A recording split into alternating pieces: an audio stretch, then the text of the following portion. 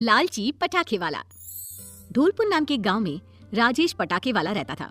राजेश को बस पैसे कमाने थे, इसलिए अब वो किसी भी रिश्ते से ऊपर पैसे को ही रखता था। अरे जी, ये सुबह सुबह कहाँ चल दिए? अभी तो सूरज भी नहीं चढ़ा है। अगर मैं देर से गया और मेरी जगह किसी और ने पटाखे की दुकान लगा ली ना, तो सारी बिक्री उसकी हो जाएगी। फिर तो मन गई दिवाली हमारी। तो 4 बजे क्यों जा रहे हो? रात को लौटना ही नहीं चाहिए था। अरे रात को किसी आप से भी चालाक आदमी ने दुकान की जगह लूट ली होगी तो। अरे बाप रे, ये क्या कर रही हो तुम? राजेश फौरन पटाखों के बाजार में पहुंचता है, पर वहाँ उसके सिवा दूसरा कोई नहीं होता। चलो, पहले पहुंच गया हूँ मैं, अब सबसे अच्छी जगह दुकान लगा लेता हूँ। राजेश 2-3 लोगों की जगह में अकेले अपनी दुकान लगा लेता है। सुबह जब बाकी पटाखे वाले वहाँ पहुँचते हैं तो राजेश की इस हरकत से उनका गुस्सा उस पर फूट पड़ता है। अरे राजेश यार, ये क्या हरकत है भाई? हमरा पूरा जगह ही रोक लिया हो। अरे जिसने पहले दुकान लगाई जगह उसकी। मत बल, तुम पहले आ गए तो 3 लोगों की दुकान की जगह पर खुद की दुकान लगा लोगे? अरे ये तो सरासर नाइंसाफी है भाई। और नहीं तो क्या। देखो राजेश, ये सब दादागिरी नहीं चलेगी। अरे दुकान का रास्ता छोड़ो, देखो ग्राहक आ रहे हैं। अब तुम लोगों के कारण मुझे अपनी बोनी नहीं खराब करनी।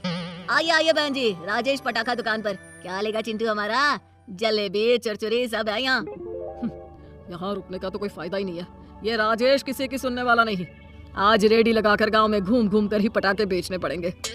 आकाश और छुट्टन अपनी अपनी रेडी उठाकर गांव भर में पटाखा बेचना शुरू कर देते हैं। दोनों गांव में सभी के घर जा जाकर पटाखे बेचने लगते हैं, जिसके कारण पटाखे की बाजार तक लोग कम आने लगते हैं। अरे लालू, ये आज बाजार कुछ खाली खाली सा नहीं लग रहा? अरे लगेगा ही ना, आज आकाश और छुट्टन ने रेडी जो लगा ली है। सबके घर पर ही पटाखे पहुंच जा रहे हैं, तो कोई बाहर क्यों आएगा? अच्छा ऐसा है क्या? राजेश रेडी लेकर बाजार में निकल पड़ता है। पटाखे ले लो पटाखे, राजेश के पटाखे कभी फुस नहीं होते। पर राजेश के पास कोई नहीं आता। सब आकाश और छुट्टन के पास ही जाते हैं। राजेश को ये बात बर्दाश्त नहीं होती और इसलिए वो दिमाग लगाता है और पानी मांगने के बहाने छुट्टन के पास जाता है। अरे भाई, तू तो नाराज होकर बैठ गया। देख, अगर मैं तेरी जगह नहीं रोकता तो इतनी बिक्री नहीं कर पाता ना तू। धूप में घूमते घूमते गला सूख रहा है, जरा पानी तो देना। राजेश पानी पीने के लिए बोतल लेता है और पानी छुट्टन के पटाखों पर गिरा देता है। ये क्या कर दिया रे तूने? मुझे खांसी आ रही है और तुझे पटाखों की पड़ी है। एक दिन तेरी इन्हीं हरकतों के कारण तू अकेला रह जाएगा राजेश। हमेशा पैसा पैसा करता है ना, वो कभी भी तेरे काम नहीं आएगा।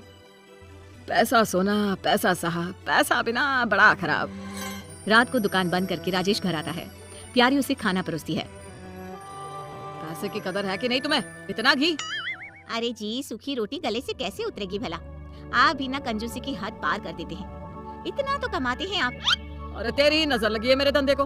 आज तो ना के बराबर बिक्री हुई है। कोई और उपाय लगाना होगा कि सामान भी ज्यादा बिके और पैसे भी कम लगे। अगली सुबह राजेश आराम से दुकान लगाने जाता है। उसे देर से पहुंचता देख सब चौंक जाते हैं, पर जैसे ही राजेश दुकान लगाता है, सारी की सारी भीड़ उसी की दुकान पर पहुंच जाती है। अरे ये राजेश ऐसा क्या बेच रहा है जो भीड़ इस तरह उसकी दुकान की तरफ जा रही है? आधे से कम दाम में बेच रहा है पटाखे राजेश, तो सब वहीं जाएंगे ना। ज्यादा पैसे कमाने की लालच में राजेश नकली पटाखे बेचना शुरू कर देता है, जो या तो फुस हो जाते या अचानक ही फूट जाते। पर किसी की भी जान की परवाह किए बगैर राजेश नकली पटाखे बेचने लगा। पर अपनी करने का फल इसी जीवन में हमें मिल जाता है। 3 दिन बाद दिवाली के दिन राजेश अपनी दुकान पर पटाखे बेच ही रहा होता है कि भागता हुआ छुट्टन उसकी दुकान पर आता है। अरे राजेश यार, तेरा बेटा पिंटू पटाखे जला रहा था कि उसके हाथ में ही पटाखा फूट गया। जल्दी घर जा। राजेश सब कुछ भूल कर भागता है और सीधा अपने घर पहुंचता है, जहां पिंटू बिस्तर पर पड़ा होता है। उसका एक हाथ बुरी तरह जल चुका होता है। भगवान की कृपा समझिए कि बच्चा बच गया, वरना पता नहीं क्या होता। अरे पर बेटा, ये हुआ कैसे? मेरा दोस्त चिंटू है ना पापा, वो पटाखे लेकर आया था। मैंने उससे कुछ पटाखे मांगे, उसने मुझे दे दिए। मैं जलाने गया पर जल ही नहीं रहा था। मुझे लगा कि फुस फटाका है। मैंने जैसे ही उसे उठाया मेरे हाथ में ही फूट गया। पर फौरन छुट्टन चाचा आए और मुझे गोद उठाकर घर पहुंचाया। राजेश की आंखों में आंसू आ जाते हैं, क्योंकि वो नकली पटाखे चिंटू को राजेश ने ही तो बेचे थे। मेरे बुरे कर्म मेरे पास इस तरह घूम कर आएंगे, ये कभी मैंने नहीं सोचा था प्यारी। ये मेरे ही पाप की गठरी है जिसका हर्जाना मेरे पिंटू को भरना पड़ा। राजेश को अपनी गलती का एहसास हो जाता है। वो अपने सभी दोस्तों से माफी मांगता है और जिस किसी को भी उसने नकली पटाखे बेचे थे, वो उन सब से उन पटाखों को वापस मंगवा लेता है और बदले में सही पटाखे उनको वापस दे देता है। ये कहानी हमें बताती है कि जैसी करनी वैसी भरनी।